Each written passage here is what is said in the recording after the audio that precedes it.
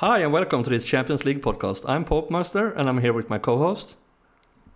Hi, I'm Daniel Jolin. You might recognize me from being on the Popecast's YouTube channel, where I've been in a couple of videos at this time. And you can also find this podcast on his YouTube channel as well, if you don't want to listen to it just right here. So, yeah, today we're talking about the first leg of the round of 16 of this year's Champions League. And we're going to start off at Tuesday, the 12th of February, with Man United versus PSG. Now, in the group stages, Manchester United finished second in their group behind Juventus. They scored 7, conceded 4, and had 10 points. While PSG topped their group ahead of Liverpool, Napoli, and Red Star Belgrade. They scored 17 goals and conceded 9, finishing on 11 points.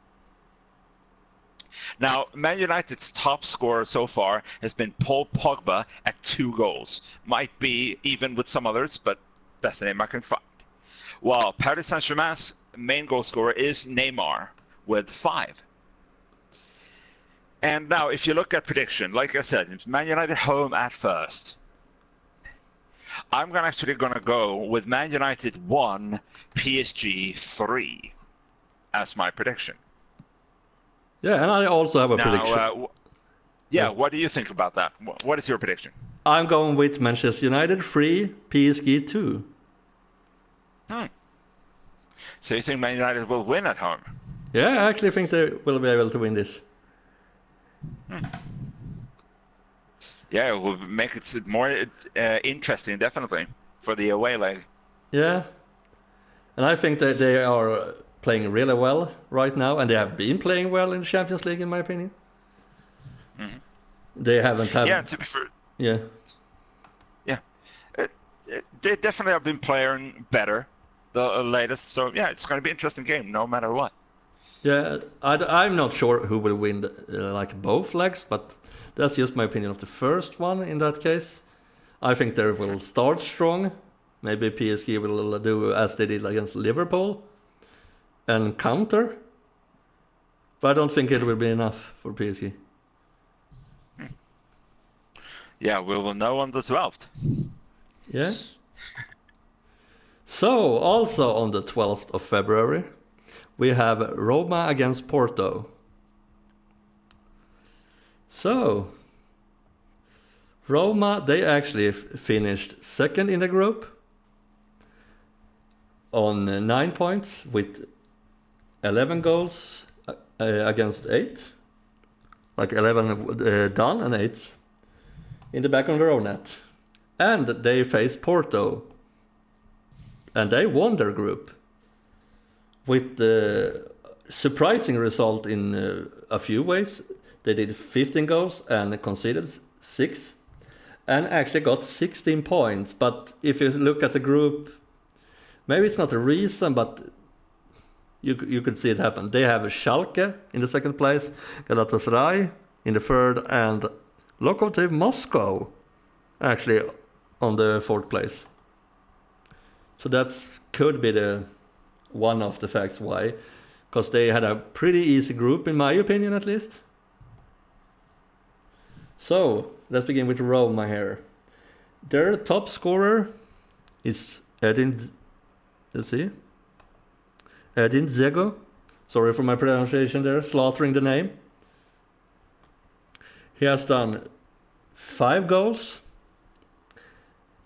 And Porto, their best scorer, you have to excuse me for the pronunciation once again.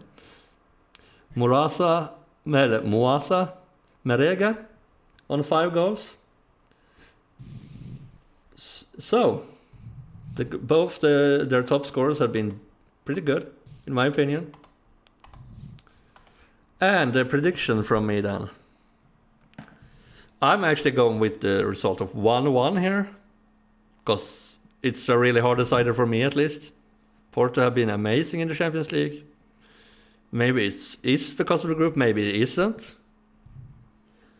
And Roma has been okay, I guess, in that group. So what about your prediction, Daniel? Yeah, I actually picked Roma to win 2-1. This was, I think, surprisingly hard to choose because, as I said, Porto's been playing really well. Roma has not been the most strong team, but yeah, I still think Roma will win it. And yeah, we'll see what happens in the second leg then, see who goes through. But yeah. And even if we shouldn't talk about how it goes in the league, Roma is playing in a much better league. Yes. They're more used to face higher class opposition than Porto is in that way. Mm-hmm. Okay. Now we move on to Wednesday, the 13th of February. And we got Ajax against Real Madrid. Now, Ajax finished second in the group behind Bayern München with 11 goals scored, 5 conceded, and 12 points. While Real Madrid topped their group with 12 goals, 5 conceded, and 12 points, just as Ajax. So that is the first, I think, really interesting thing about this. Now, when it comes to top scorers, we have Ajax has Dusan Tadic with 5 goals, while Real Madrid have actually Karim Benzema at 3. And, well, looking at it, I think to start off with, you could see Real Madrid is the big team, Ajax is a small team, but they have been playing. I think Ajax has been one of the big surprise packages so far. So my prediction for this game is actually it's going to finish 2-2. Real Madrid is not going to be able to win away in Amsterdam. Wow. Well, yeah, what do you think about that? I'm actually going in a whole different direction. I'm going 3-0 for Real Madrid. Annihilation. Yeah. I think they will really let the foot off the brake pedal here and just go for it. I think it's gonna succeed. I'm a little bit worried, but yeah, I'm going with 3-0. I think it will work at least. Because Ajax, they have been good in the Champions League this far, but I think this is the end of the road for them. Yeah, it'll be an interesting match to follow. Yeah. So, the next one. Also Wednesday the 13th. It's between Tottenham and Dortmund. And this is kind of an interesting one. Because Tottenham ended second in the group with 9 goals done and 10 against and 8 points. And then we have Dortmund. They won the group. And this is amazing, I have to add that. 10 goals done, 2 against and 13 points. Maybe not the points, but that goal difference. That's good. Now comes one of the sad parts in my opinion. And if we look at the goal scorers. For Tottenham, we have Harry Kane. And he's not going to be able to play this one. He has like nobody behind him in Tottenham. It's really far down. So it's not even worth mentioning in my opinion. And Dortmund, their top scorer. Oh, this name. Rafael Guerrero. Sorry for that slaughtering again. Daniel, could you correct me on that one? Yeah, sorry. Rafael Guerrero, I would call him. Yeah, on 4 goals. Left back, left mid. Wow. Yeah. Is he the best for Dortmund? Okay, that's interesting. Apparently. Yeah, with 4 ones. So yeah, the problem here is, in my opinion, this could be easily been one of the best matches, like over 2 matches. But the problem is Harry Kane is gone. He's injured, and they have some other injury problems. They're coming back now, slowly but surely in Tottenham, the players. But definitely, Harry Kane won't play in the first match. So, when it comes to my prediction here, I'm going for a 2-0 Dortmund win. Because they're both good teams, basically. But Tottenham is way too depend way too much on Harry Kane. They don't have those big goal scorers, and if it's not changed, even Janssen, who hasn't played at all, if I'm correct, this season, even he is injured in the forward position. So we have Son, I don't know about him. We have Eriksen, who's a midfielder. Is he really going to be able to carry the team? No, I don't think so. So yeah, my prediction is 2-0 for Dortmund. Because as far as I know, they have a pretty decent team in this one. So what about you, Daniel? Well, funny enough, and I can say this, we have made these predictions completely unknowing of what the other one would predict. But this time we actually predicted the exact same. Dortmund to win 2-0 away from home. Wow. So yeah, I agree with you. Without Kane, they have no one to really score the goals. I think they're going to use probably Llorente up top. And I believe Son can play, but not Ali behind. So yeah, I agree with you. I don't think Tottenham will be able to score. Yeah. Eriksen doesn't matter in this match in one way. He's a great passer, but who's going to score on those passes? Yeah, exactly. That's the problem. You can't get they won't get enough free kicks for Eriksen to decide the match. No, they really shouldn't, at least. No, that would be ridiculous. In that case, Dortmund could lose. But like that's going to happen. Okay, moving almost a week to Tuesday the 19th of February. It's our game between Liverpool and Bayern München. Now, Liverpool finished second in the group behind Paris Saint-Germain, but ahead of Napoli. They scored 9, conceded 7 with 9 points. Now, Bayern München, they won their group ahead of Ajax with 15 goals scored and just 5 conceded with 14 points. Now, if you look at their top scorers, we found that Liverpool has Mohamed Salah with 3, while Bayern has, so far, the Champions League's top scorer in Robert Lewandowski with 8. And yeah, in that sense, it feels like Bayern could probably outscore pretty much everyone except PSG, perhaps. But still, when I go to my prediction here, I still think they're going to find it tough, because I think Liverpool is better than any team they have faced so far, I would probably say, even through the group stages.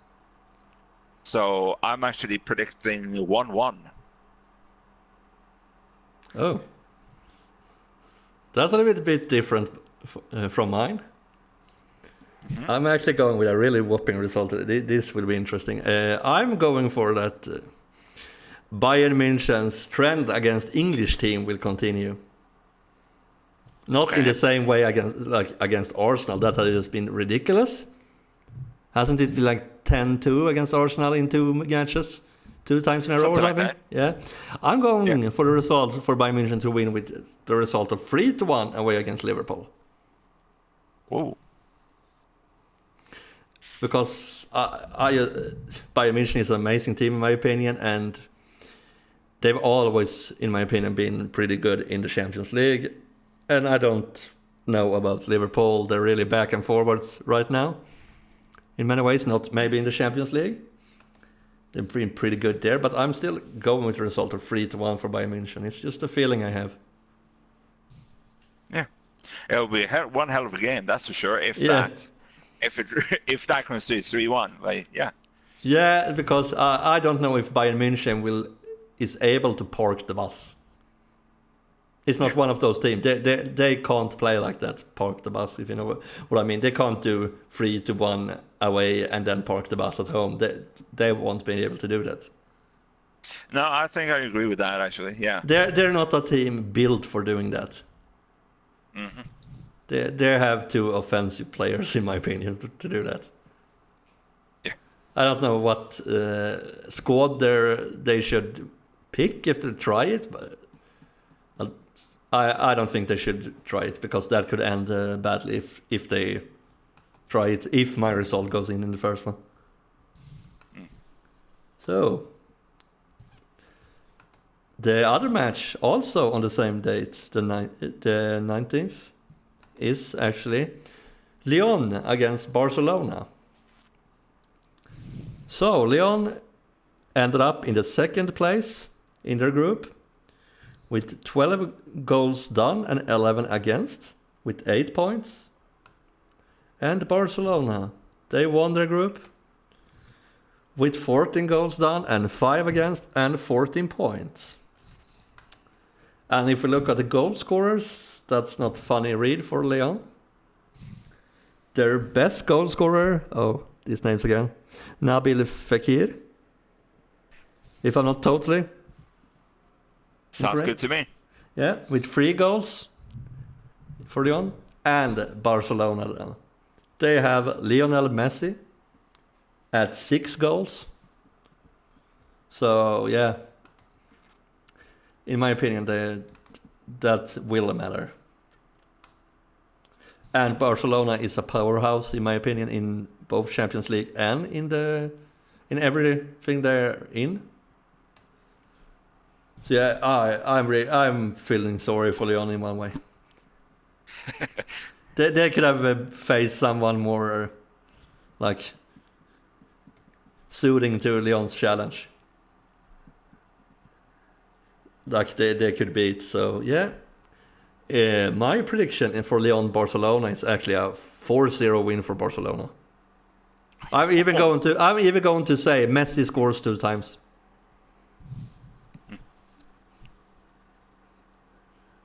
Well, that is truly a bit different from mine. I'm way more. I only said 2-1 to Barcelona. I think they're not going to go all guns blazing in this first game. They're going to just control the game pretty much, score what they need to. But they're going to make some error probably that's going to lead to Lyon's goal. I'm not sure if Umtiti will be back in their back line. I don't think he will, which makes them not as I say strong than you think a Barcelona backline would be. So yeah, I think they'll concede 1, but they still they'll control this game and still go out 2-1 wins, 2-1 winners. Yeah, we're agreed at least that Barcelona is winning this one. Yes. Yeah, it would be amazing if Lyon took this one, don't? Yeah. I actually think that. I love when small teams do that. Yeah. It's always nice to see. Mm-hmm. So what's up next? Okay, moving on to the last day of the first leg of the round of 16, the 20th of February, which is a Wednesday. We have Schalke versus Manchester City. Now, Schalke finished second in their group with only 6 goals scored in 6 games, 4 conceded, 11 points. While Manchester City had 16 goals scored, 6 conceded, and 13 points. Top scorers, Schalke hasn't got a single scorer who scored more than 1.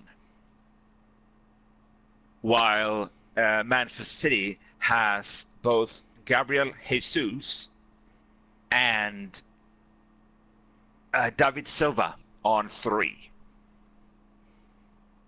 And yeah, I just see no way that Schalke is going to be able to give any real challenge to this Manchester City side. So I've actually predicted Man City to go away 3-0 winners away from home. Yeah, nice. And my prediction, this is pretty interesting. I'm going with Manchester City also.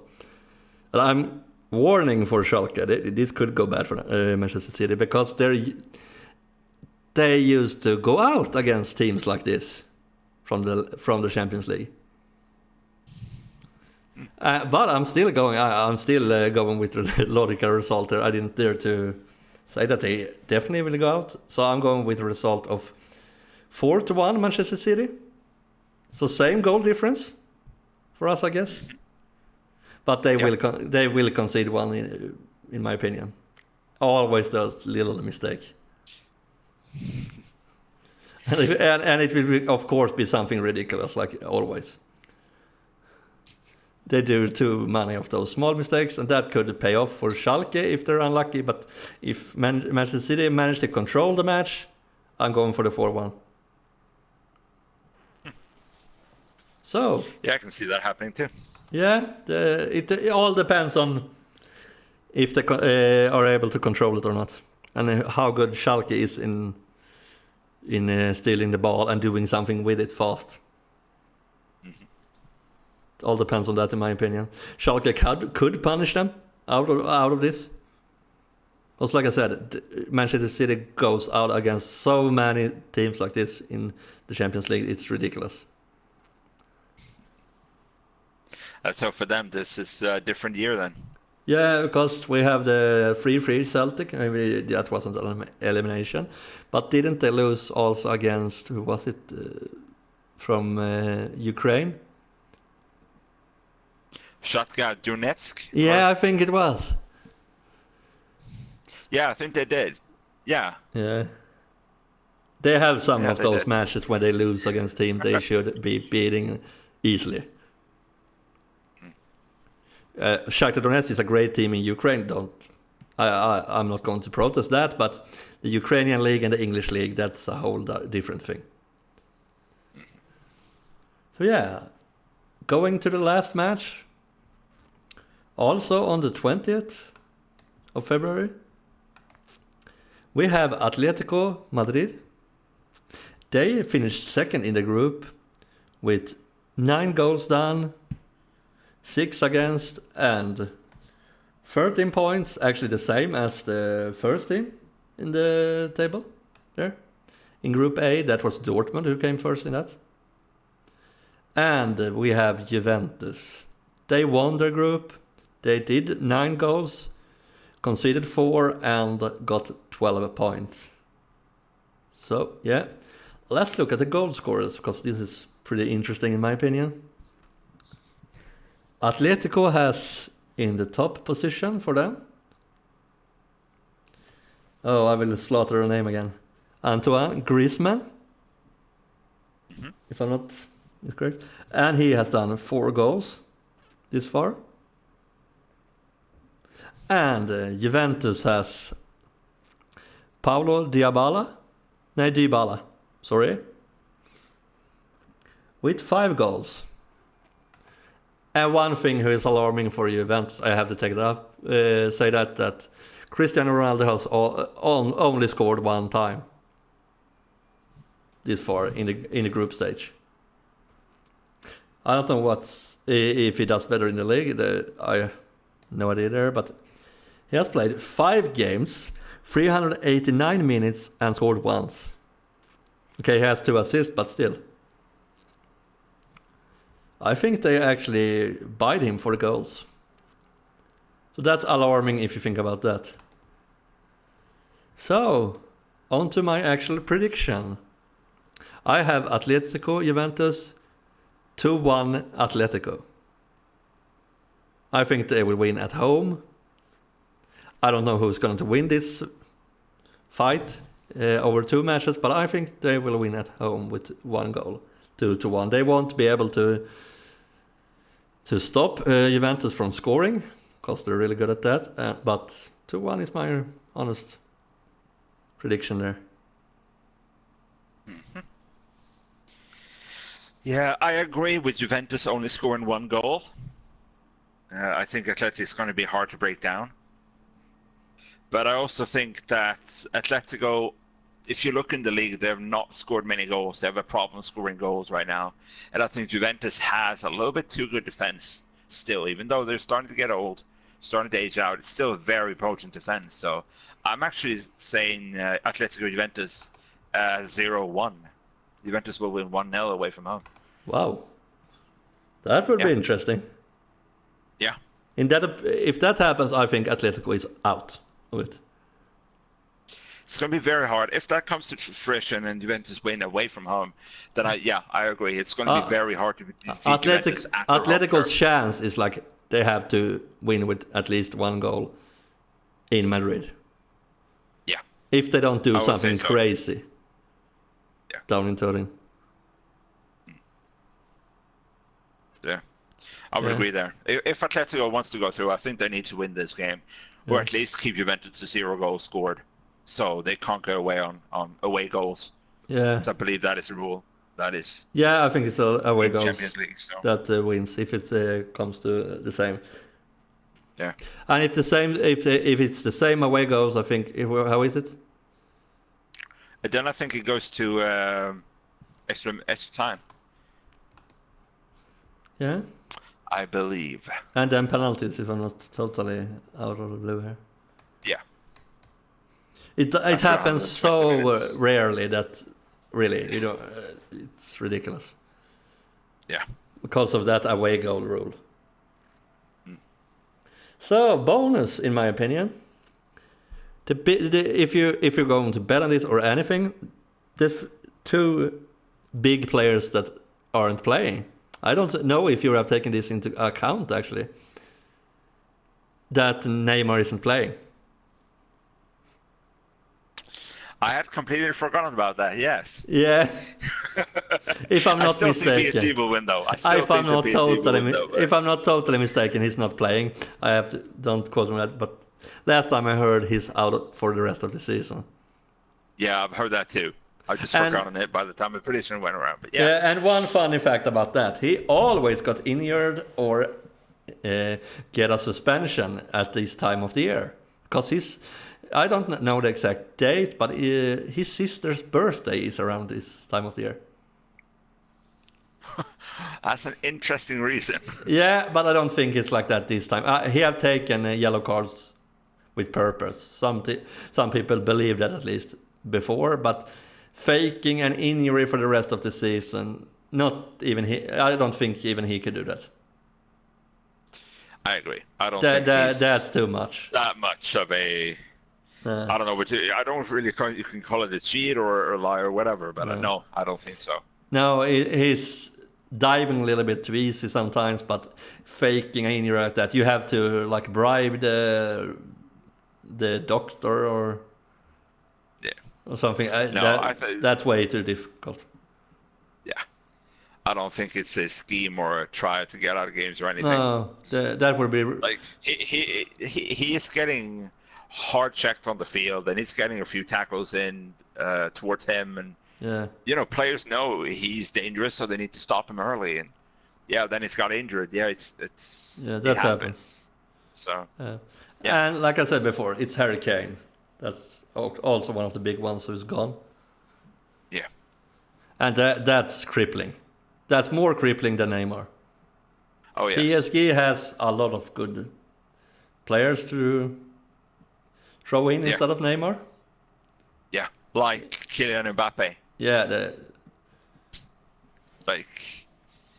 he is a world star on his own. He doesn't really need.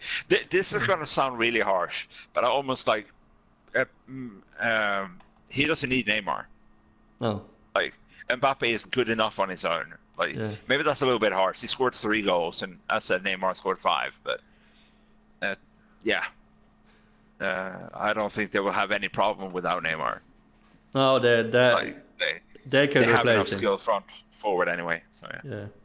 Replacing Neymar for PSG is much easier than replacing Kane for Tottenham. Oh, much easier. Yeah, that's... Even if Neymar is actually the player, when we're doing bonus facts, by the way, who has most shots on target with 16. So his efficiency isn't amazing. Well, You gotta shoot on goal to score. And, Exactly. you know, most important thing is just getting those balls on net. Yeah. Really, so.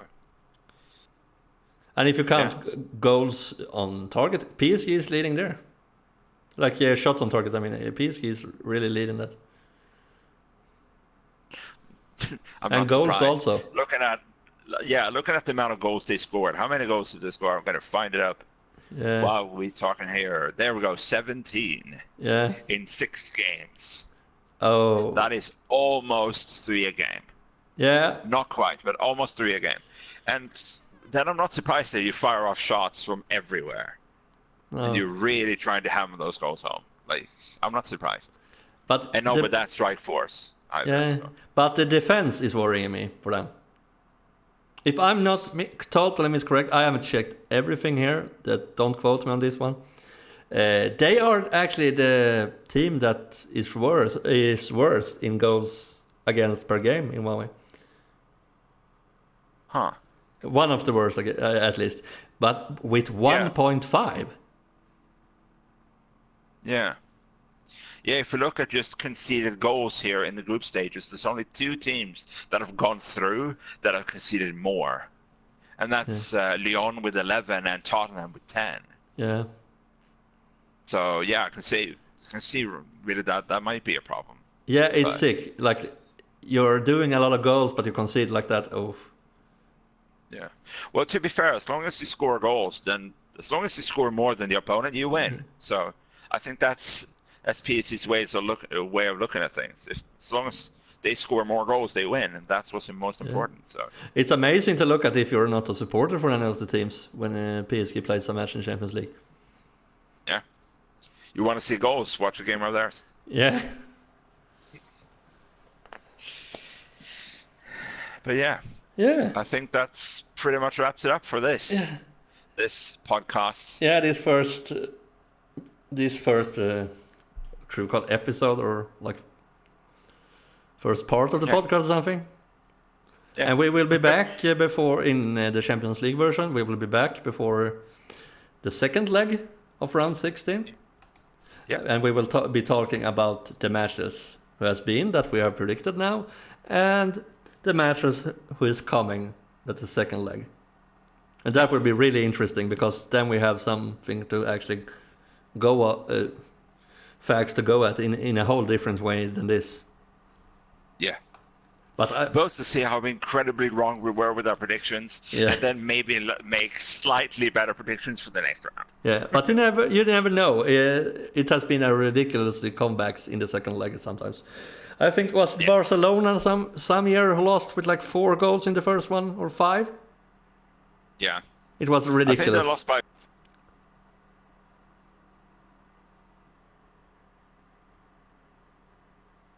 Whoa. At the new camp. You're back now. Some technical difficulty there. Yeah? Yeah, I believe Barcelona against PSG. Barcelona won the second leg with 6-1 after, they went down like probably 4 goals in the first round. So. Yeah, it was. Nobody thought they would come back.